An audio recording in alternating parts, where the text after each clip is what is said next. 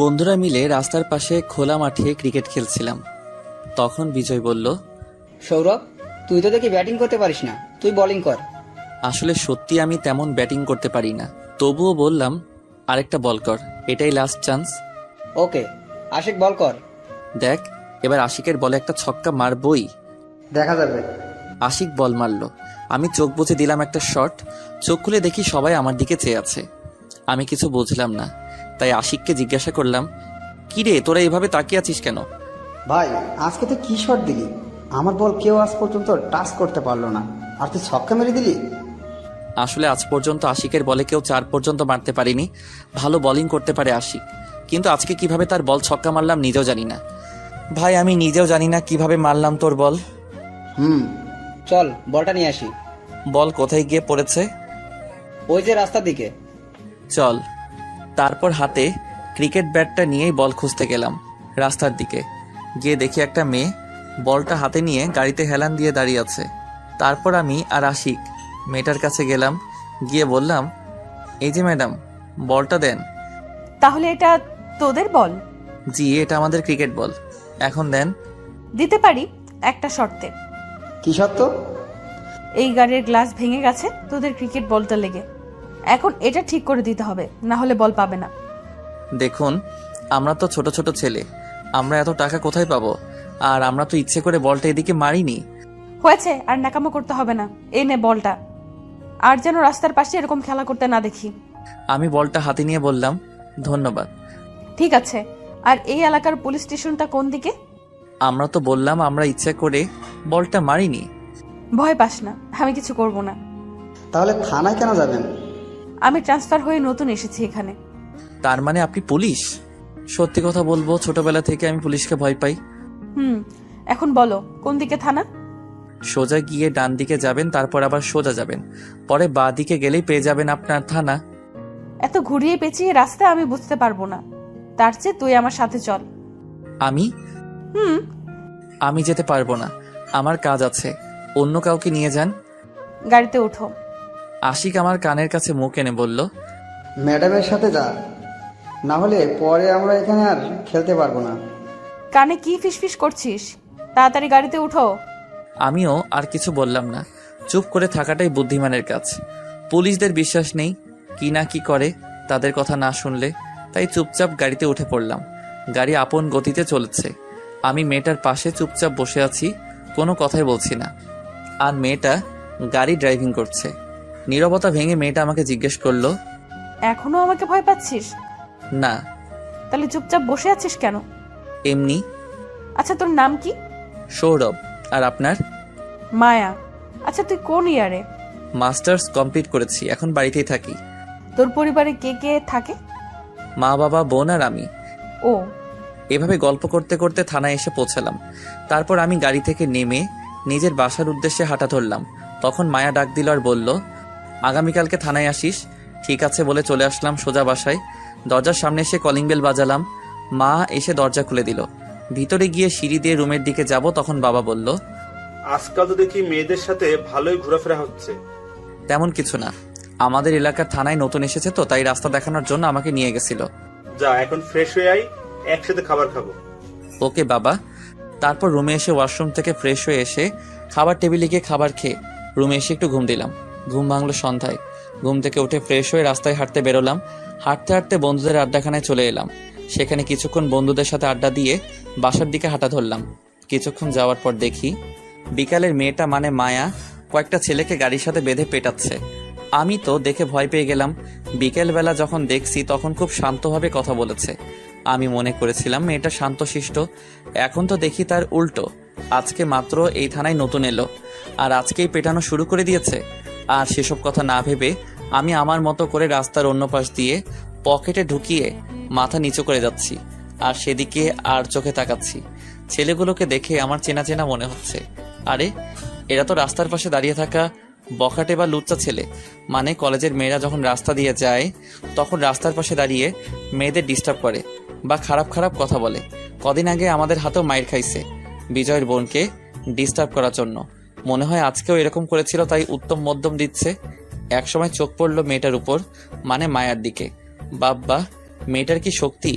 একজন পুরুষের শক্তির সমান হবে। ছেলেগুলোকে এমনভাবে পেটাচ্ছে মনে হচ্ছে হসপিটালে যাওয়া ছাড়া উপায় নেই। আর ছেলেগুলো ব্যথায় ছুটে বলছে, ম্যাডাম জীবনে আর এরকম কাজ করব না, এবারের মতো ক্ষমা করে দেন।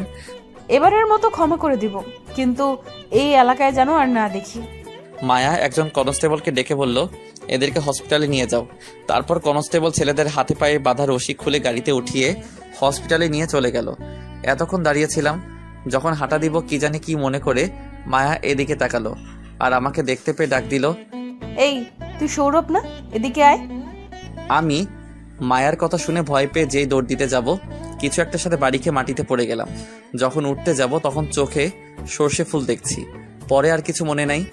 যখন আমার জ্ঞান ফিরল তখন নিজেকে একটা রুমের মধ্যে আবিষ্কার করলাম। আমি উঠতে চেষ্টা করছি কিন্তু পারছি না, মাথাটা কেমন যেন ভার ভার লাগছে। তবুও কোনো মতে উঠে বসলাম। কপালে হাত বুলিয়ে দেখি পুরো কপালে ব্যান্ডেজ লাগানো, গলাও শুকিয়ে যাচ্ছে। কোনো মতে দাঁড়িয়ে চৌকিটা ধরে অন্য পাশে টেবিলের উপর রাখা পানির জগটার কাছে গেলাম। সেখানে রাখা চেয়ারটার উপর একটা হাত দিয়ে ভর করে আর অন্য হাত দিয়ে জগ থেকে গ্লাসে পানি ঢেলে পানি খেয়ে নিলাম। এখন মাথাটা কেমন যেন বেশি ভার মনে হচ্ছে আর চোখটা যেন কেমন গুলিয়ে যাচ্ছে। তখন দরজা খোলার শব্দ শুনে ভয় পেয়ে দরজার দিকে তাকালাম।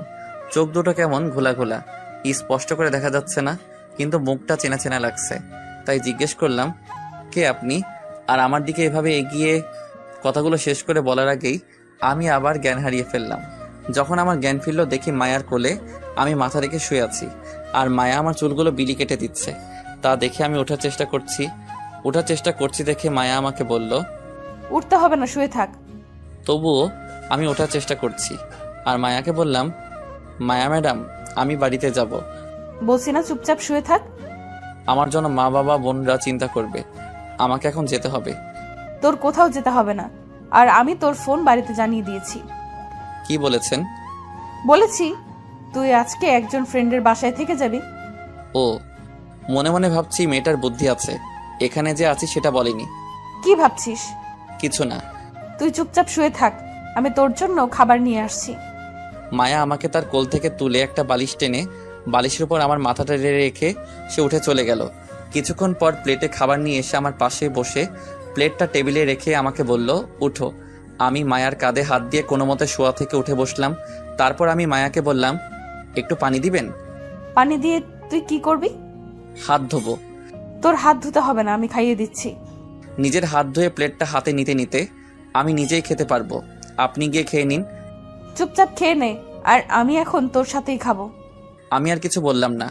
মায়া আমার মুখে খাবার তুলে দিচ্ছে আর আমি খাচ্ছি, আর সাথে মায়াও খাচ্ছে। আমি মায়ার দিকে তাকিয়ে দেখি তার চুলগুলো সামনের দিকে চলে আসছে, হাত দিয়ে সরাতেও পারছে না।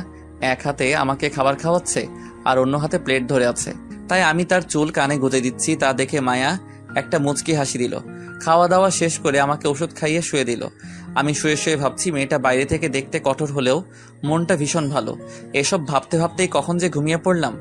সকালে মুখে কিছু সুরসুরিতে ঘুমটা ভেঙে গেল। চোখ খুলে দেখি মায়ার চুলগুলো বাতাসের কারণে আমার মুখের উপর পড়ছে, আর মায়া মনের সুখে আমার বুকে মাথা রেখে ঘুমাচ্ছে। আমার কিছুটা হলেও তার জন্য কষ্ট লাগলো, কারণ আমি যদি না থাকতাম তাহলে মেয়েটা আরামে তার সুন্দর বিছানায় শুতে পারতো।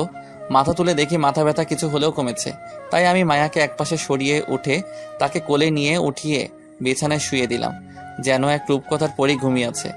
একদম বাচ্চার মতো লাগছে ঘুমন্ত অবস্থায় তাকে। অজান্তেই মায়ের কপালে একটা চুমু দিয়ে দিলাম। তারপর একটা কাগজে লিখলাম, সাহায্য করার জন্য ধন্যবাদ। কাগজটা টেবিলের উপর রেখে আমি চলে আসলাম। মায়ার বাসা থেকে বের হয়ে রাস্তা দিয়ে হাঁটছিলাম, তখন হঠাৎ মাথাটা ঝিমঝিম করে উঠল। প্রচণ্ড ব্যথা শুরু হয়ে গেল। এখন তো রিক্সাও পাওয়া যাবে না এই ভোর সকালে, তাই কোনো উপায় না পেয়ে আশিককে ফোন দিলাম। কিছুক্ষণ রিং হওয়ার পর আশিক ফোন তুলল। হ্যাঁ বল।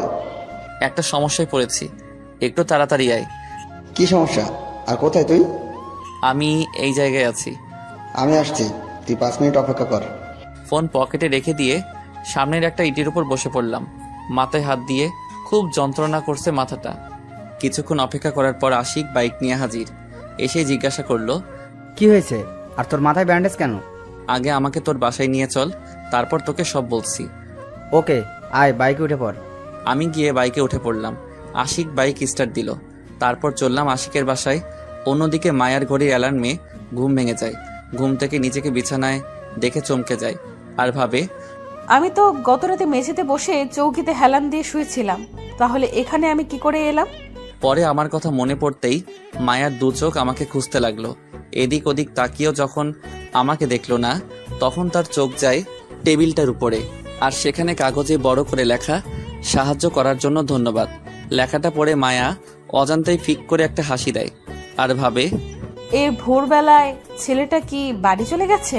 ছেলেটা মাথায় তো প্রচন্ড আঘাত পেয়েছে, তাহলে কিভাবে একা যাবে? মায়া মনে মনে ভাবে, আমি কেন ছেলেটার কথা ভাবছি? ধ্যাৎ। বলে মায়া বিছানা থেকে উঠে ওয়াশরুমে চলে যায়। ওয়াশরুম থেকে ফ্রেশ হয়ে এসে মায়া বিছানা ঠিক করতে যায়।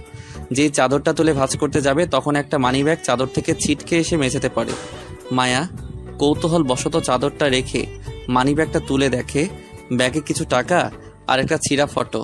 মায়া মানিব্যাগ থেকে ছিঁড়া ফটোটা বের করে দেখে বড় রকমের একটা টাসকি খায়, কারণ ফটোতে মায়ার ছোটবেলায় তার মনের মানুষের সাথে তোলা ফটোর অর্ধেক ফটো।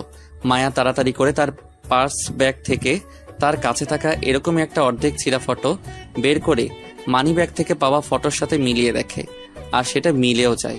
মায়া ভাবে, এই মানিব্যাগটা কার হতে পারে? নাকি সৌরভের? সৌরভকে জিজ্ঞেস করলেই বোঝা যাবে এই মানিব্যাগটা কার।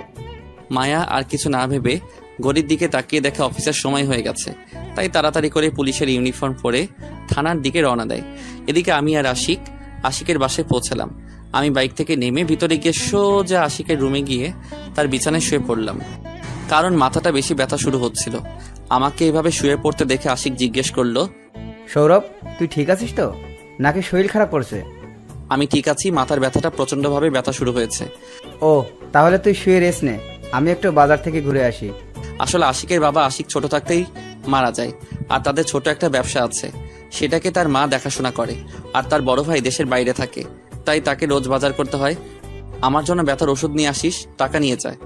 এই বলে আমি পকেটে হাত দিয়ে দেখি পকেটের মানিব্যাগটা নেই, মনে হয় কোথাও পড়ে গেছে, না হলে মায়ার বাড়িতে ফেলে এসে পড়েছি। তাই আশিককে বললাম, দোস্ত, মানিব্যাগটা আনতে ভুলে গেছি, তুই একটু তোর টাকা দিয়ে কষ্ট করে ওষুধ এনে দে, আমি পরে তোর টাকা দিয়ে দিব। আরে আমি তো তোর জন্য ওষুধ আনতে যাচ্ছি, আর সেই সাথে বাজারটাও করে আসবো। ধন্যবাদ দোস্ত। ঠিক আছে, ফ্রেশ হয়ে নাস্তা খেয়ে নিস, টেবিলে রাখা আছে। ওকে। আশিক বাজারে চলে গেল। আমি আরো কিছুক্ষণ শুয়ে থাকলাম। যখন মাথার ব্যথাটা একটু কমলো, উঠে ওয়াশরুমে গিয়ে ফ্রেশ হয়ে এসে টেবিলে রাখা নাস্তাটা থেকে হালকা কিছু খেয়ে নিলাম। তারপর 2 গ্লাস পানি খেয়ে আবার বিছানায় গিয়ে শরীরটাকে একটু হেলিয়ে দিলাম। তখন হঠাৎ মনে পড়লো আমার মানিব্যাগের কথাটা। মানিব্যাগের কথাটা মনে হতেই চোখ দিয়ে কয়েক ফোঁটা জল গড়িয়ে পড়লো। তার কারণ আমার ছোটবেলার সেই ভালোবাসার মানুষের ফটো। এই একটাই ফটোর অর্ধেক ছিল আমার কাছে, আর অর্ধেকটা ভালোবাসার মানুষের কাছে। পাঠক ভাইরা, চলো ছোটবেলার সময় ফিরে যাই। যখন আমি ছোট ছিলাম তখন আমরা গ্রামে থাকতাম। সেখানেই মিলে আমার মনের রাজকন্যার দেখা। আমাদের গ্রামে একটা নতুন পরিবার নতুন এসেছে আমাদের বাড়ির পাশেই, আর ওই নতুন পরিবারে ছিল আমার মনের রাজকন্যা। তখন আমার বয়স 6 কি 7 হবে, আর আমার মনের রাজকন্যাটার 5 কি 6 বছর হবে। পাশের বাড়ির মেয়েটা প্রায় আমার সাথে খেলতে আসতো। মেয়েটা হঠাৎ একদিন এসে আমাকে বলে, আমি I love you. I love you too. তখন কি আর আই লাভ ইউ মানে বুঝতাম, তাই আমিও বলে দিয়েছিলাম। একদিন তো দুজন এক হয়ে একটা মেলা দেখতে চলে গিয়েছিলাম। জমানো টাকাটা নিয়ে সেখানে একজন কাকুকে দুজন হয়ে বললাম, কাকু কাকু, আমাদেরও ছবি তুলে দিবে? কেন নয়, তোমাদের মতো ছোট ছোট ছেলে মেয়েদের ছবি তুলতে আমার ভালোই লাগে। তাহলে ছবি তুলে আমাদেরকে একটা ছবি দিয়ে দিবে? তাহলে চলো আমার সাথে আমার দোকানে। তারপরে কাকুর সাথে কাকুর দোকানে গিয়ে ছবি তুলে কাকু আমাদেরকে একটা ছবি দিয়ে দিল খামে ভরে। সেটা নিয়ে আমরা খেলতে খেলতে আবার বাড়িতে চলে আসি, আর ছবিটা আমার কাছে আমি রাখলাম। একদিন শহর থেকে খবর আসলো নানু মারা গেছে, সবাই যাওয়ার জন্য তৈরি হচ্ছে। তখন আমি মাকে জিজ্ঞাসা করলাম, মা মা মা আমরা কি এখানে আর থাকবো না? দেখ বাবা, আমাদেরকে এখন থেকে শহরে থাকতে হবে, কারণ তোমার নানি যে সেখানে একা হয়ে যাবে, তাই আমরা সেখানেই তোমার নানির সাথে থাকবো। তোমরা চলে যাও, আমি সেখানে যাব না। দেখ বাবা, এরকম করে না, তাছাড়া এখানে আমরা মাঝে মাঝে বেড়াতে আসবো। তাহলে আমি যাব। এই তো আমার ছেলে। তারপর আমি আমার আর তার ছবিটা নিয়ে তার বাড়িতে গেলাম। দেখি সে তাদের বাগানে খেলছিল। আমি তার কাছে গিয়ে বললাম, আমরা চলে যাচ্ছি, আর এখানে আসবো না। তখন সে কান্না করে বলে, সেখানে গেলে আমাকে ভুলে যাবে না তো? তার জন্য এই ছবির অর্ধেক তুমি রাখো আর অর্ধেক আমার কাছে থাকবে। তারপর ছবিটা ছিঁড়ে আমার ছবিটা তার কাছে আর তার ছবিটা আমার কাছে রাখলো। যখন আমরা শহরে চলে যাচ্ছিলাম তখন সে খুব কান্না করেছিল, আমিও করেছিলাম। যখন আমি বড় হতে লাগলাম বুঝতে পারতে লাগলাম তাকে আমি ভালোবেসে ফেলেছি। পরে যখন আমি বড় হয়ে তাকে নিতে গ্রামে আসলাম, এসে শুনি তারা নাকি এখান থেকে চলে গেছে। সেদিন আমি খুব কেঁদেছিলাম তার জন্য। তারপর থেকে আমি তার ছবি নিয়েই বেঁচে আছি। যাক, এখন বর্তমানে আসি। শুয়ে শুয়ে ছবিটার কথা ভাবছি আর চোখের জল ফেলছি। ছবিটা আমি হারিয়ে ফেললাম না তো? তখন মনে পড়লো মায়ার কথা। সেখানে মনে ছবিটা পড়েছে। আমাকে সেখানে তাড়াতাড়ি যেতে হবে। যেই উঠে দরজা খুলে সামনে তাকিয়ে আমি অবাক, কারণ দরজার সামনে মায়া দাঁড়িয়ে আছে আর মায়ার পিছনে দেখি আশিক দাঁড়িয়ে আছে। আমি মায়াকে জিজ্ঞেস করলাম, ম্যাডাম আপনি এখানে? তুই চলে আসবি কেন এত সকালে? আর আমাকে বলার প্রয়োজন মনে করলি না? আপনি ঘুমাচ্ছিলেন তাই আর ডাকিনি। তুই দরজায় দাঁড়িয়ে আছিস কেন? ভেতরে যেতে দিবি না? ও, আমি তো ভুলেই গেছিলাম। মায়া রুমের ভিতরে গিয়ে একটা চেয়ারে বসে আর আমি আশিককে গিয়ে আস্তে করে জিজ্ঞেস করি, কোথা থেকে নিয়ে আসলি? বাজারে দেখা হয়েছিল আর আমাকে জিজ্ঞেস করে সৌরভ কোথায়, দেখেছে কিনা। তাই আমি বললাম সৌরভ তো আমাদের বাড়িতেই আছে। তারপর তো আমার সাথেই এলো। ও, ওখানে কি ফিসফিস করছিস তোরা? কিছু না। তাহলে এদিকে আয়। তখন আশিক বলল, তোরা গল্প কর, আমি বাজারগুলো দিয়ে আসি। বাজার থেকে সোজা রুমে এসেছিল তাই। এই বলে আশিক নিচে চলে গেল। আমি বিছানায় গিয়ে বসলাম। তখন মায়া জিজ্ঞাসা করলো, ওষুধ খেয়েছিস? না। মাথা ব্যথা কি কমেছে? কিছুটা কমেছে। এই নে, ওষুধগুলো খেয়ে নে। মিথ্যে বললাম, অথচ ব্যথা এখনো আছে। তার পার্শ্ব ব্যাগ থেকে কিছু ট্যাবলেট বের করে আমার হাতে দিতে দিতে আমিও কিছু বললাম না, কারণ মাথা ব্যথাটা বেড়েই চলেছে। তাই ট্যাবলেটগুলো নিয়ে খেয়ে নিলাম। তারপর মায়াকে বললাম, ধন্যবাদ কিসের জন্য? এত কিছু সাহায্য করার জন্য। আর এই নাও মানি ব্যাগ। পার্স থেকে বের করে আমার হাতে দিয়ে, কোথায় পেলেন এটা? আমার বাড়িতে তোর পকেট থেকে পড়ে গিয়েছিল মনে হয়, তাই দিতে এলাম। জানেন, এই মানি ব্যাগটাই আমি খুঁজতে যাচ্ছিলাম। আপনারা তার আগে চলে এলেন। তা কি আছে এই মানি ব্যাগে যে এই হারিয়ে যাওয়া ব্যাগটা খুঁজেছিস? আমার ছোটবেলার ভালোবাসা। এই মানি ব্যাগে আমার মনে রাজকন্যার ছবি আছে, কিন্তু সে ছোটবেলায় হারিয়ে গিয়েছে। তাই তার এই ছবিটা নিয়েই বেঁচে আছি। আমি তো তোমার মনের রাজকন্যা। কিছু বললেন? কিছু না। তাহলে এখন আমি যাই, থানায় যেতে হবে তো। আর তোর নাম্বারটা দে। ফোন নাম্বার দিয়ে কি করবেন? রাতে ফোন দিব। ও, এই নেন 0194। তারপর মায়া চলে গেল আর আমি একটু ঘুমানোর চেষ্টা করছি। কি করব, মাথা ব্যথায় ঘুমিয়ে আসছে না। কিছুক্ষণ পর আশিক রুমে এলো আর বলল, আঙ্কেল আন্টি ফোন করেছিল। কি বলেছি পরে? বলেছি সৌরভ আমার বাসায় আছে আর বিকেলে বাড়ি চলে যাবে। খুব ভালো করেছিস। আর মেয়েটা কেন এসেছিল? আমি তারপর আশিককে শুরু থেকে শেষ পর্যন্ত বললাম। এসব শুনে আশিক আমার দিকে হা করে তাকিয়ে আছে। এইভাবে তাকিয়ে থাকিস না, মুখে মাছি ঢুকে যাবে। এসব কিছু হয়ে গেল আর আমাকে কিছু বললি না? সময় পাইনি। এখন একটু রেস্ট নে, বিকেলে চলে যাবি না। আচ্ছা। তারপর আমি ওষুধ খেয়ে শুয়ে পড়লাম। ঘুম ভাঙলো আশিকের ডাকে। সৌরভ, এই সৌরভ, উঠে পড়, অনেক বেলা হলো, খাবার খেয়ে নে। আমি উঠে ফ্রেশ হয়ে খাবার খেয়ে নিলাম। মাথাটার ব্যথা কমে গেছে এখন। তাই আশিককে বললাম, দোস্ত তুই না থাকলে কি যে হতো। থ্যাঙ্কস দোস্ত। কমেছে মাথা ব্যথাটা? কমে গেছে দোস্ত। এখন বাড়ি চলে যাই, পরে আবার মা বাবারা আমার জন্য চিন্তা করবে। চল, আমি তোকে বাইকে করে বাসায় দিয়ে আসি। ঠিক আছে। তারপর আমি আশিকের সাথে বাইকে করে বাসায় চলে এলাম। আমি বাইক থেকে নেমে আশিককে বললাম, ভিতরে আয়, চা খেয়ে যাবি? না দোস্ত, আজকে থাক, অন্য একদিন আসবো, তুই এখন রেস্ট নে।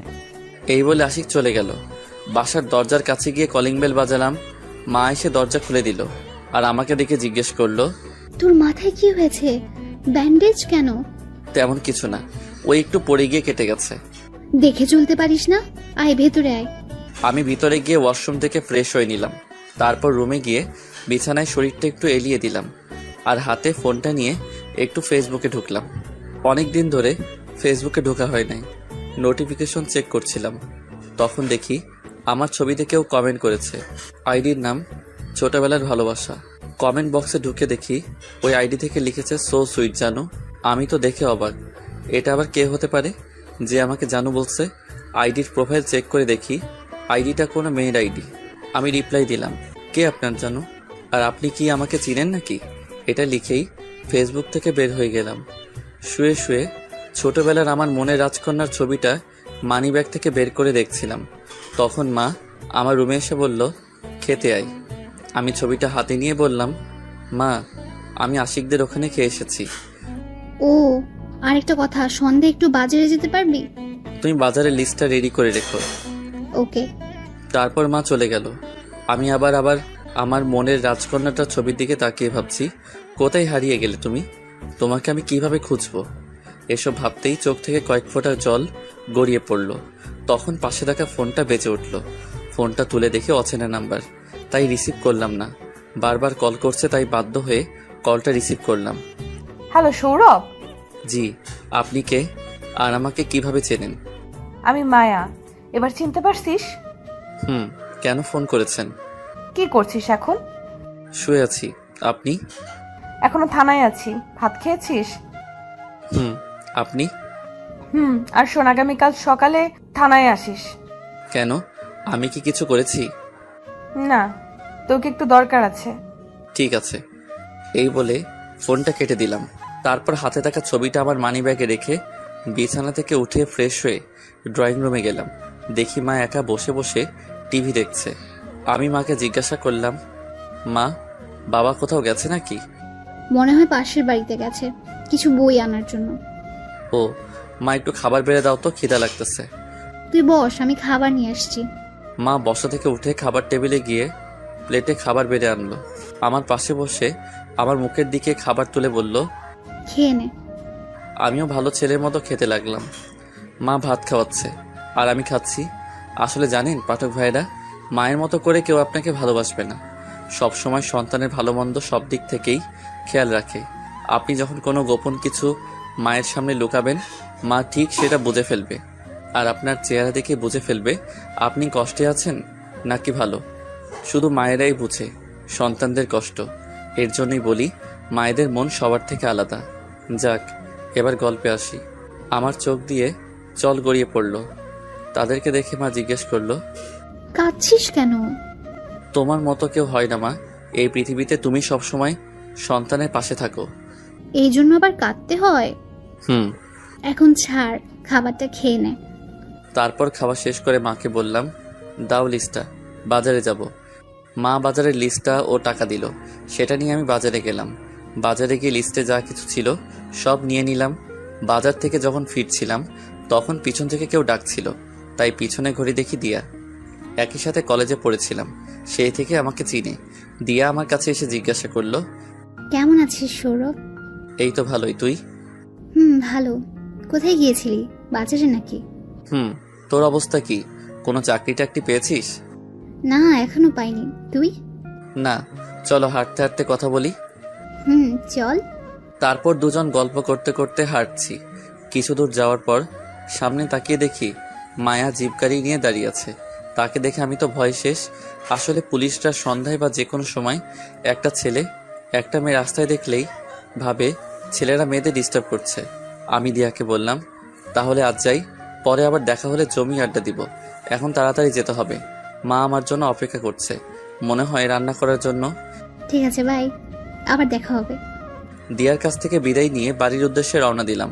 এদিক ওদিক না তাকিয়ে সোজা হাঁটা শুরু করলাম, মাথা নিচু করে। কিছু দূর যাওয়ার পর কিছু একটার সাথে ধাক্কা খেলাম। মাথা তুলে সামনে তাকিয়ে অবাক, সামনে মায়া দাঁড়িয়ে আছে। মনে হয় মায়ার সাথে ধাক্কা খেয়েছি। মায়া আমার দিকে রাগী চোখে তাকিয়ে আছে। সেটা দেখে আমি আরো ভয় পেয়ে গেলাম, কারণ যেভাবে তাকিয়ে আছে যেন কাঁচাই চিবিয়ে খেয়ে ফেলবে। তখন আমি সরি বলে পাশ কাটিয়ে আসছিলাম, তখন মায়া আমার হাতটা ধরে ফেললো। আমি তো ভয় শেষ, কি না কি করে। পুলিশদেরকে আমার একদম বিশ্বাস নেই।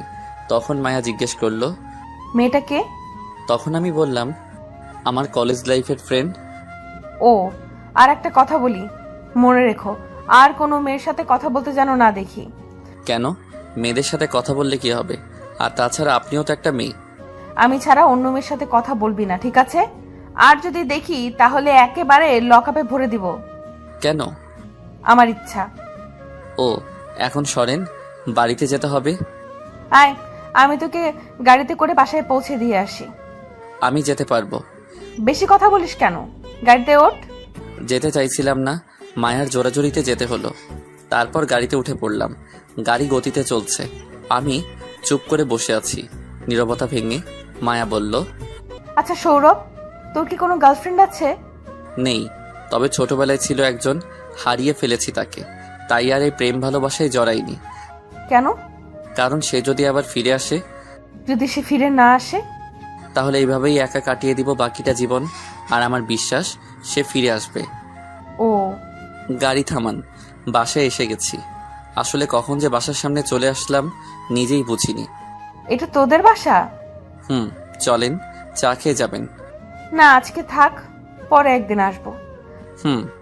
এই বলে আমি বাসার ভিতরে চলে যাচ্ছিলাম, তখন আবার মায়া ডাক দিয়ে বলল, আগামীকাল রেডি থেকে ঘুরতে যাব।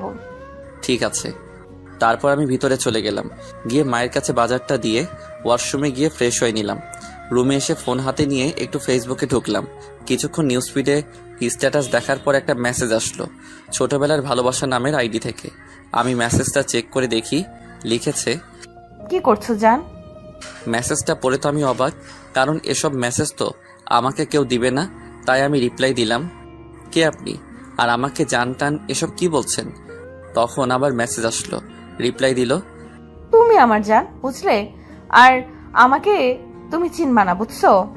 আমি মেসেজটা সিন করে আর রিপ্লাই দিলাম না। রিপ্লাই দিলেই যত জান টান, বাবু সোনা, তামা, লোহা ইত্যাদি বলবে, তার চেয়ে বরং রিপ্লাই না দিলেই ভালো। তারপর ফেসবুক থেকে বের হলাম, কিছুই ভালো লাগছে না। যা বিজয়কে ফোন দিয়ে দেখি। বিজয়কে ফোন দিলাম, রিং হওয়ার কিছুক্ষণ পর রিসিভ করলো। কি করছিস? এই তো এখন মাত্র খাবার খেয়ে আসলাম। তুই কি করছিস? এই তো শুয়ে আছি। শোন, আগামীকালকে জনি মামার দোকানে চলে আসিস, কথা আছে। ঠিক আছে, আশিকদেরও বলে দিস। Okay, good night. To you. ফোনটা রেখে একটা রবীন্দ্রনাথের গল্পের বই পড়ছিলাম। মা এসে খাওয়ার জন্য ডেকে গেল।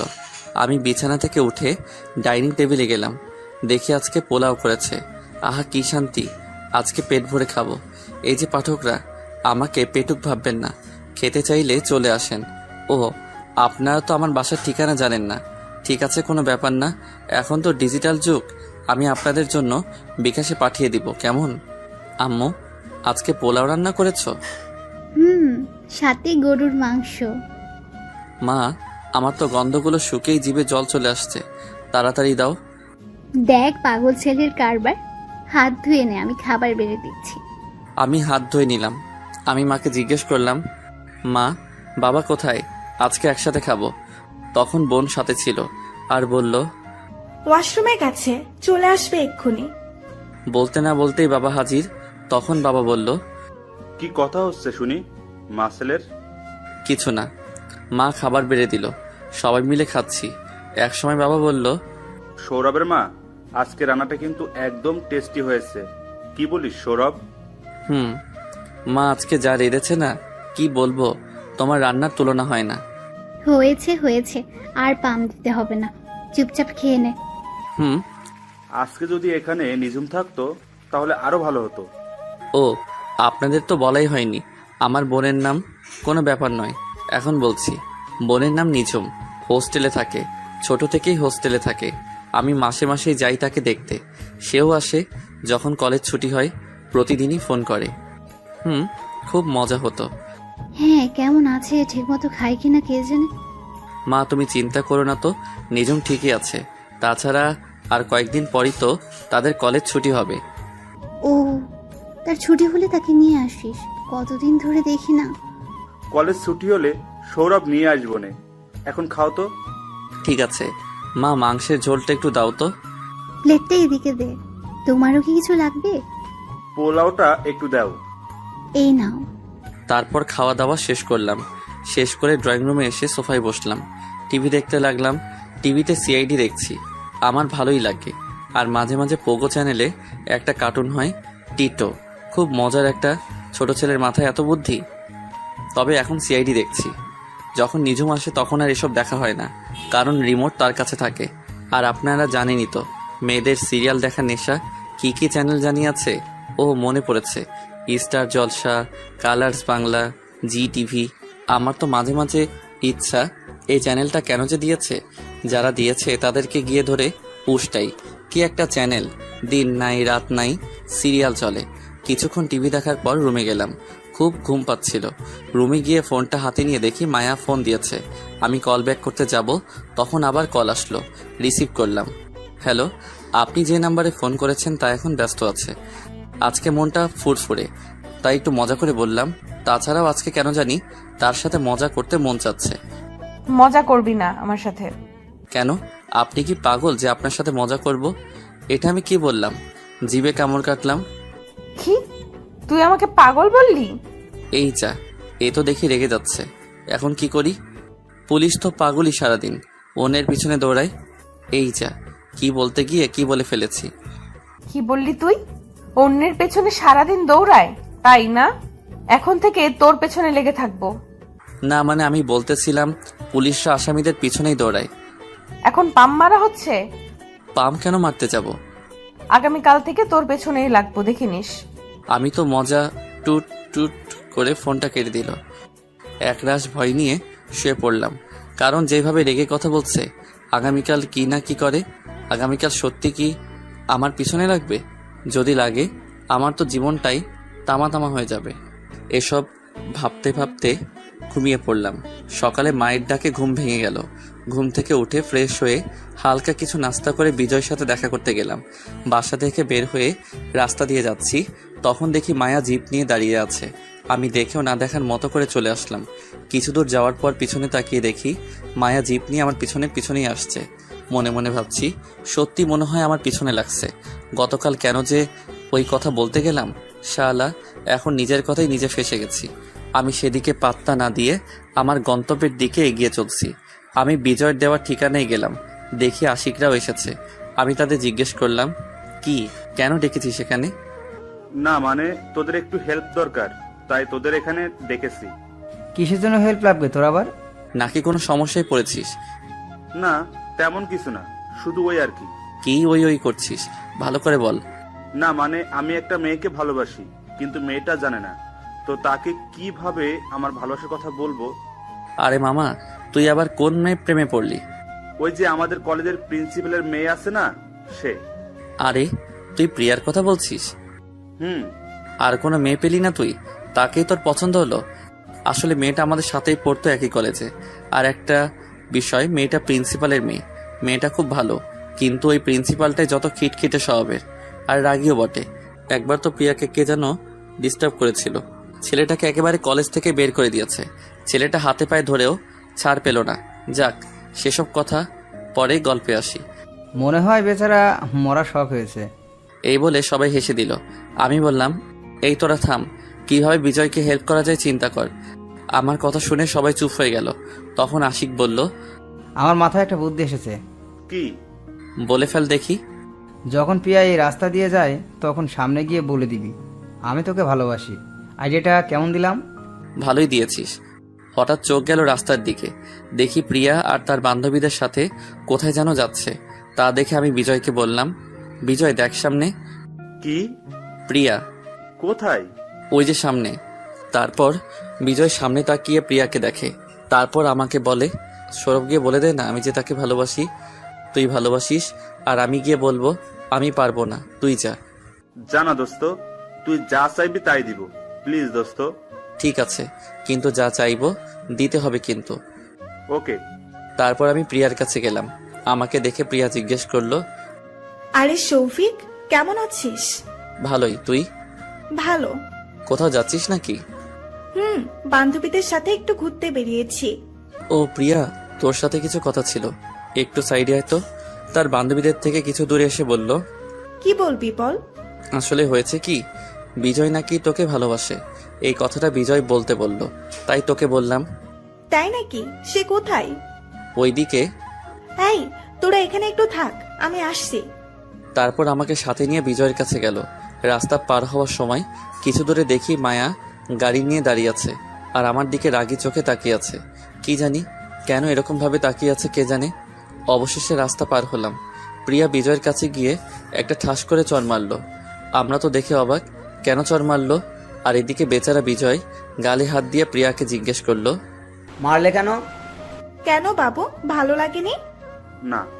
ওই শালা, তুই আমাকে ভালোবাসিস, তুই নিজে না গিয়ে অন্যকে পাঠাস কেন? তো কি করব, তোর বাবার ভয়েই তো বলতে পারি নাই। ভয় পেলে আমাকে ভালোবাসতে পারবি? না। এবার আমাকে প্রপোজ কর দেখি। প্রিয়ার কথা শুনে বিজয় অবাক হয়ে বলল, তার মানে তুমি আমাকে ভালোবাসো? কলেজ থেকেই। তাহলে বলনি কেন? হারানোর ভয়ে বলিনি, যদি তুমি না বলে দিতে। তাই? এবার আমাকে প্রপোজ করো। তারপর বিজয় হাঁটু গেড়ে প্রিয়াকে প্রপোজ করে। প্রিয়াও বিজয়ের হাত ধরে তুলে জড়িয়ে ধরে। তখনই প্রিয়ার বান্ধবীরা এসে বলে, আমরাও এখানে আছি কিন্তু। এই বিজয়, এখন কিন্তু যা চাইবো তাই দিতে হবে। কি চাস বল? বেশি কিছু না, ওই পোলাও আর বিরিয়ানি খাওয়ালেই হবে সবাইকে। তাহলে আগামীকাল সকালে চলে আসিস আশিকদের নিয়ে আমার বাড়িতে। আন্টি রান্না কতদিন ধরে খাই না। ঠিক বলেছিস। তখন প্রিয়ার এক বান্ধবী এসে বলল, হ্যালো, হাই, আমি নীলা। আমি সৌরভ। আচ্ছা, আপনার কি কোনো গার্লফ্রেন্ড আছে? নেই। তাহলে তো আমারও হয়েই গেল। মানে এখন আমি আপনার সাথে প্রেম করব, তাই। কি সব বলছেন? আপনার মাথা ঠিক আছে? একদম ঠিক আছে। নীলার সাথে কথা বলছিলাম। তখন প্রিয়া বলল, চলো সবাই, আজকে তোদের জন্য ফুচকা খাওয়াবো। তারপর সবাই চলে গেল ফুচকার দোকানে। তারপর নীলাকে কিছু বলিনি। তখন আমি রাস্তার ওপাশে তাকিয়ে দেখি মায়া দাঁড়িয়ে আছে। তা দেখে তাদেরকে বললাম, তোরা যা, আমার কাজ আছে একটু। তোর আবার এ সময় কি কাজ? আমি আশিকের কানের কাছে গিয়ে বললাম, রাস্তার ওপাশে দেখ কে আছে। আশিক আমার কথা শুনে তাকিয়ে দেখে মায়া পুলিশ ড্রেসে দাঁড়িয়ে আছে। পরে আশিক জিজ্ঞেস করে, মেয়েটা কি পুলিশ? আর সকাল থেকে আমাকে ফলো করেছে। এই, তুই কাউকে বলিসনি তো আবার? আরে না। তাহলে তোর পিছনে লেগে আছে কেন সকাল থেকে? তারপর আমি গতকাল রাতের ঘটনাটা বললাম। তা শুনে আশিক বলল, তোকে মনে হয় ম্যাডাম ভালোবেসে ফেলেছে। আমাকে? তা নয় তো কি, যেভাবে তোর পিছনে লাগছে তা দেখে তো আমার তাই মনে হয়। যা গিয়ে জিজ্ঞেস কর কি জন্য এখানে এসেছে। ঠিক আছে, তোরা যেতে থাক তাহলে। ওকে। তাদেরকে পাঠিয়ে দিয়ে আমি মায়ার কাছে গেলাম। গিয়ে জিজ্ঞেস করলাম, এই যে আপনি আমার পিছনে লাগছেন কেন? গতকাল রাতে তুমিই তো বলছিলা পুলিশরা শুধু শুধু মানুষের পেছনে দৌড়ায়, তাই আজ থেকে তোমার পেছনে লেগেছি। আচ্ছা, আপনি কি আমাকে ভালো টালো বাসেন নাকি? তা বলতেও পারো, কিন্তু কেন? না মানে আপনি তুই থেকে তুমিতে চলে গেলেন তাই।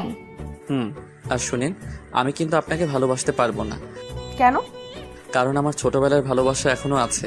হারিয়ে গেলেও আমার বিশ্বাস সে ফিরে আসবে। তোমার সামনেই তো দাঁড়িয়ে আছে। কিছু বললেন? না, কিছু না। ও, তাহলে এখন যাই। এই বলে চলে যাচ্ছিলাম, তখন মায়া বলে উঠল, কোথায় যাচ্ছ? নাকি ওই ডাইনি মেটার কাছে যাবে? কেন, কোনো সমস্যা আছে আপনার? হ্যাঁ, আমার অনেক সমস্যা, কারণ আমি তোমাকে ভালোবাসি। কখন থেকে? যেদিন তুমি মাথায় আঘাত পেয়েছিলে সেদিন থেকেই। ও, তোমাকেও আমাকে ভালোবাসতে হবে। পারবো না।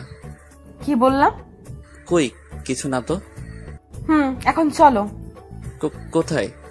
প্রেম করতে। আমি যাব না। তোমাকে যেতেই হবে। এই বলে আমাকে টেনে গাড়িতে উঠালো। আমি আর কিছু বললাম না। যেভাবে রেগে আছে এখন। মায়া গাড়ি চালাচ্ছে আর আমি চুপ করে বসে আছি। কিছু দূর যাওয়ার পর মায়া গাড়িটা পার্কের সামনে থামালো। মায়া গাড়ি থেকে নেমে বলল, নামো। আমিও চুপচাপ গাড়ি থেকে নেমে পড়লাম। তারপর দুজনে পার্কের ভিতরে গেলাম। পার্কের ভিতরে গিয়ে একটা বেঞ্চে বসলাম। চুপচাপ বসে আছি। আমি আশেপাশে তাকিয়ে দেখি একজন আরেকজনকে কিস করছে। তা দেখে আমি বুঝে গেলাম এটা প্রেম করার জায়গা। কিছুক্ষণ পর মায়া নরম সুরে বলল, সৌরভ, তুমি কি আমাকে সত্যিই ভালোবাসতে পারবে না? না। কেন? নাকি তোমার ছোটবেলার ভালোবাসাকে ভুলতে পারছো না? ধরে নাও তোমার ভালোবাসা এসে গেছে। মানে? আমি জানি তোমার ছোটবেলার ভালোবাসা কে, যার ছবি আজও তুমি মানি ব্যাগে নিয়ে ঘুরো। কি ঠিক বললাম তো? মায়ের কথা শুনে আমি অবাক হয়ে গেলাম, কারণ সে কিভাবে জানলো এসব বিষয়ে। তাই অবাক হয়ে মায়াকে জিজ্ঞাসা করলাম, আপনি এসব জানেন কিভাবে? তাছাড়া তোমার ছোটবেলার সবকিছুই আমি জানি। মানে তুমি ছোটবেলার একটা মেয়েকে খুব ভালোবাসো, তার জন্য এতদিন ধরে অপেক্ষা করছো। তা আপনি কি করে জানলেন? কারণ মেয়েটা আমার বাড়িতেই আছে। তাড়াতাড়ি চলেন, আসলে প্রিয় মানুষটাকে দেখতে মনটা খুবই ছটফট করছে। কোথায়? আপনার বাড়িতে। ও, চলো। তারপর মায়ের সাথে করে পার্ক থেকে মায়ের বাড়িতে চললাম। মায়ার বাড়িতে পৌঁছে আমি গাড়ি থেকে নেমে তাড়াতাড়ি মায়ার বাসার ভিতরে গেলাম।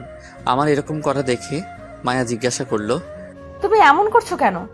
কারণ তাকে অনেকদিন পর দেখবো তো তাই। আর তর্স হয়েছে না। কোথায় সে? তোমার পাশেই তো দাঁড়িয়ে আছে। আমি মায়াকে আবার জিজ্ঞেস করলাম, কোথায় সে? আছে। তারপর মায়া তার ঘরের দরজা খুলে, আর আমি ভিতরে গিয়ে কাউকে দেখতে না পেয়ে মায়াকে জিজ্ঞাসা করি, ঘরে তো কেউ নেই, কোথায় আছে সে? কেন, আমি তো আছি। মানে আমি তোমার ভালোবাসা। আপনি? আমি। কেন বিশ্বাস হচ্ছে না? না। তাহলে তোমার মানি ব্যাগটা দাও। কেন? দিতে বলছি, দাও। আমিও আর কিছু বললাম না, পকেট থেকে বের করে দিয়ে দিলাম। মায়া মানিব্যাগটা নিয়ে ব্যাগ থেকে সেই ছবিটা বের করলো। তা দেখে আমি বললাম, এটা আমাকে দিয়ে দিন। মায়া চুপ করে আছে। মায়া তার পার্স থেকে আরেকটা ছবি বের করে, সেটা দেখে তো আমি চমকে যাই, কারণ আমার কাছে যে ছিঁড়া ছবিটা ছিল সেটা তার অর্ধেক। আমি মায়াকে জিজ্ঞাসা করলাম, এই ছবিটা আপনি কোথায় পেয়েছেন? ছোটবেলা থেকেই আমার কাছে ছিল। আর এই ছবিটা তুমি কোথায় পেয়েছো? আমার মানিব্যাগে যে ছবিটা ছিল সেটা দেখিয়ে। কেন? আর এই ছবিতে আমার ছোটবেলার ছবি? মায়া আর কিছু না বলে সোজা এসে আমাকে জড়িয়ে ধরলো। আমি তো অবাকের পর অবাক হচ্ছি, কেন এমন করছে মায়া? আর ছবিটার অর্ধেক অংশটাও তার কাছে। তাহলে কি মায়া আমার? না, আর কিছু ভাবতে পারছি না। এদিকে মায়া আমাকে জড়িয়ে ধরে আছে। ছাড়াতে চেষ্টা করছি, কিন্তু কোনো মতে ছাড়াতে পারছি না। মায়া বলছে, এরকম করছো কেন? জানো তোমার জন্য আমি কতটা অপেক্ষা করেছি। আর নয়। কি সব বলছেন? ঠিকই বলছি। আর তুমি মনে হয় আমাকে এখনো বিশ্বাস করতে পারছো না। তাহলে এই দেখো। আমাকে ছেড়ে দিয়ে তার শার্টের হাতা তুলে আমাকে দেখিয়ে, আমি তো দেখে বিশ্বাসই করতে পারছি না। এটা কি করে সম্ভব? তার হাতে এই অক্ষরের একটা ট্যাটু আঁকা। তা দেখে আমি বুঝে গেলাম এটা সেই মানুষটাই। যখন আমরা ছোটবেলায় স্কুলে যেতাম তখন বড় ভাইদের হাতের ট্যাটু দেখে আমাদেরও ইচ্ছা হয়েছিল হাতে ট্যাটু আঁকতে। তারপর একদিন আমরা এক বড় ভাইয়ের কাছে গিয়ে হাতে ট্যাটু লিখে আঁকি। আমার নামের প্রথম অক্ষর এস তার হাতে, আর তার নামের এম অক্ষর আমার হাতে আঁকি। যাক, এখন বর্তমানে আসি। আমি মায়াকে কিছু বলার আগেই মায়া বলে উঠল, তোমার হাতেও কিন্তু এম অক্ষরের ট্যাটু আছে। আমি এখন আরো নিশ্চিন্ত হলাম, কারণ আমার হাতে যে ট্যাটু আছে সেটা আমি আর সে ছাড়া কেউ জানতো না। আমি কোনো কথা না বলে মায়াকে গিয়ে জড়িয়ে ধরে কান্না করে দিলাম। এই কান্না কষ্টের কান্না নয়, আনন্দের কান্না। আমাকে কান্না করতে দেখে মায়া বলল, এই একদম কান্না করবে না, তাহলে কিন্তু আমিও খেতে দেব। তাহলে কাছে থেকেও আমাকে বলনি কেন? তুমি আমার সেই তুমি। বলতে চেষ্টা করেছি কিন্তু পারিনি। আর ফেসবুকে যে আইডি থেকে তোমাকে মেসেজ দিত সেই মেসেজটাও আমিই দিতাম। অনেক ভালোবাসি তোমাকে। ভালোবাসবে তো আমাকে? কি বলো? আমিও তোমাকে অনেক অনেক ভালোবাসি, তাই তো আজ পর্যন্ত কোনো মেয়ের প্রস্তাবে রাজি হইনি। তুমি আসবে বলেই। কি? তোমাকে মেয়েরা প্রেমের প্রস্তাব দিত? কিন্তু আমি রাজি হইনি। আজকেও একটা মেয়ে আমাকে কথাটা বলার আগেই মায়া বলল, ওই ডাইনিটা বলেছিল তো? যারা যারা আমার বরকে প্রেমের প্রস্তাব দিয়েছে তাদের এক একটাকে তো আমি হাজতে ভরবো। আমি মুচকি মুচকি হাসি দিয়ে তার দিকে তাকিয়ে আছি। রাগলে তার গাল দুটো কেমন যেন লাল হয়ে যায়, আর তাকে দেখতেও তখন খুব সুন্দর লাগে। আমার হাসি দেখে মায়া জিজ্ঞেস করলো, এই তুমি হাসছো কেন? না মানে এই যে তুমি বর বললে তাই। এই কারণে তুমি হাসছো? তাছাড়া তুমি তো আমার বরই হবে, তাই না? হব? আমি তো বিয়ে করে ফেলেছি, তাহলে কিভাবে তোমার বর হব? তো তুমি বিয়ে করেছো? এই যা, মনে হয় কান্না করে দিবে। আমি তাকে কাছে টেনে এনে বললাম, তুমি কান্না করছো কেন? মায়া নিজেকে ছাড়াতে ছাড়াতে বলল, ছাড় আমাকে, ছাড়। তুমি এখন অন্য কারো। আমি আর কিছু না বলে দুহাত দিয়ে মায়াকে জড়িয়ে ধরে তার গোলাপি মিষ্টি ঠোঁটে আমার ঠোঁট ডুবিয়ে দিলাম। আহা, সে কি ফিলিংস বলে বোঝাতে পারবো না। এদিকে মায়া ছুটার জন্য আমার বুকে কিল ঘুষি দিতে লাগলো। আমিও কি ছাড়ার পাত্র? অবশেষে না পেরে চুপ করে রইল। প্রায় 10 মিনিট পর ছেড়ে দিলাম। দুজনই হাঁপাচ্ছি। এক পর্যায়ে মায়া বলল, তুমি এটা কি করলে? কই কি করছি? তুমি আমাকে কিস করলে। হবু বউকে কিস করবো না তো কাকে করবো শুনি? কে তোমার বউ? আর তুমি তো বিয়ে করেছো, তোমার বউকে গিয়ে কিস করো, আমাকে করছো কেন? আমি তাকে শক্ত করে জড়িয়ে ধরে বললাম, আমি তো শুধু তোমাকে রাগানোর জন্য মিথ্যে বলেছিলাম, আর তুমি সেই সিরিয়াস ভাবে নিলে। তোমাকে ছাড়া আমি কি কাউকে বিয়ে করতে পারি? আমাকে রাগাতে খুব ভালো লাগে, তাই না? তোমাকে রাখতে দেখলে খুব সুন্দর লাগে। তাই? হুম। খুব ভালোবাসবে তো আমায়? অনেক অনেক ভালোবাসবো। এইভাবে আমাদের হারিয়ে যাওয়া প্রেম ফিরে এলো, আর আমাদের প্রেম শুরু হয়ে গেল 1 মাস পর। আজ আমার আর মায়ার বিয়ে। বিয়েটা পারিবারিকভাবেই হচ্ছে। দুই পরিবারের খুশিতেই আমাদের বিয়ে হচ্ছে। ছেলেপুলেরা দৌড়াদৌড়ি করছে। আমি বসে আছি আমার রুমে। সকাল থেকে মায়াকে দেখেনি, তাই তাকে দেখতে মনটা ছটফট করছে। কি করব বল, ভাবিরা তার কাছে যেতেই দেয় না। কিছুক্ষণ পর বাবা রুমে এসে আমাকে ডাক দিয়ে গেল। স্টেজে যেতে কাজী নাকি এসে গেছে। আমি রুম থেকে বের হয়ে স্টেজে গিয়ে বসলাম। একা একা বসে আছি। শালার বন্ধুগুলোকে দেখি বসে ময়দা মাখা সুন্দরী মেয়ে দেখছে। আমার বউকে আবার বলিনি, কিন্তু আমার বউ যথেষ্ট সুন্দরী আছে, ময়দা মাখার দরকারই নেই। এই কথা পাঠক ভাইয়েরা আমার বউকে বলবেন না আবার। কিছুক্ষণ পর মায়াকে আমার পাশে বসিয়ে দিল, আর কাজী বিয়ের কাজটা শুরু করে দিল। অবশেষে বিয়ের কাজ সম্পূর্ণ হলো। এখন প্রায় রাত 10টা বাজে, আর আমি বাথরুমের দরজার সামনে দাঁড়িয়ে আছি। আমাকে দরজার সামনে দাঁড়িয়ে থাকতে দেখে ভাবিরা জোর করে আমাকে রুমের ভিতরে ঢুকিয়ে দিয়ে দরজাটা বাইরে থেকে বন্ধ করে দিল। রুমের ভিতরে গিয়ে বিছানার কাছে গেলাম। দেখি মায়া ইয়া বড় লম্বা ঘোমটা দিয়ে বসে আছে। আমি ঘোমটা তুলে তাকে দেখে আবার ক্রাশ খাইলাম আর কি। তারপর মায়াকে বললাম, চলো বাসর করি আমরা। আমার এই কথাটা হঠাৎ বলাতে মায়া চমকে উঠে বলল, সবার সামনে? কেউ তো নেই। নেই মানে? তোমার পাঠকরা তো দেখছে, তাদের সামনে আমার লজ্জা করে না বুঝি? ওরে আমার লজ্জাপতি বউরে। এই যে পাঠক ভাইয়েরা, আপনারা এখন আসতে পারেন। অনেক পড়েছেন, অন্য একদিন পড়ে নেবেন। এখন দেখছেন না আমার লজ্জাপতি বউটা কত কত লজ্জা পাচ্ছে। এই আমি পাঠকদেরকে তাড়িয়ে দিয়েছি, এখন তো শুরু করি। লাইটটা অফ করে দাও। তারপর লাইট অফ, দুজনে মিলে এখন বাসর করতে হবে। এই পাঠক ভাইরা, এখন আপনারা জাননি আপনাদের মা বাবা আপনাদের জন্য চিন্তা করবে তো। এইভাবেই শুরু হলো এই গল্পের আমাদের সুখের সংসার জীবন। ভালোভাবে যেন কাটে তাদের এই সুখের জীবনটা। আজ এখানেই শেষ করছি এই গল্পের এই পর্ব। দেখা হবে আবার কোনো গল্প নিয়ে। ধন্যবাদ সবাইকে আমাদের পাশে থাকার জন্য।